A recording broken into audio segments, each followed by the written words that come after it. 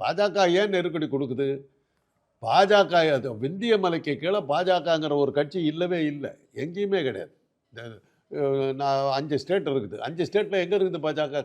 கர்நாடகாவிலே எங்கேயோ ஒரு இடத்துல, பாண்டிச்சேரியில் இருக்குது. வேறு எங்கேயுமே இல்லை. அது கூட்டணி வச்சுக்கிட்டு இருக்காங்க. சந்திரபாபு நாயுடு தயவுல தான் இன்றைக்கி மோடியே மந்திரியாக இருக்காருங்கிறது வேறு விஷயம். அதனால தான் அவரை தொந்தரவு பண்ணாமல் வச்சுக்கிட்டு இருக்காங்க. இந்த சூழ்நிலையில் பாஜக வந்து இன்னும் சொல்ல போனால் பாஜக வந்து இந்தி பேசுகிற மாநிலங்கள் மட்டுமே இருக்கிற ஒரு பிராந்திய கட்சின்னு தான் அவர் டிஸ்கிரைப் பண்ணியிருக்கான்.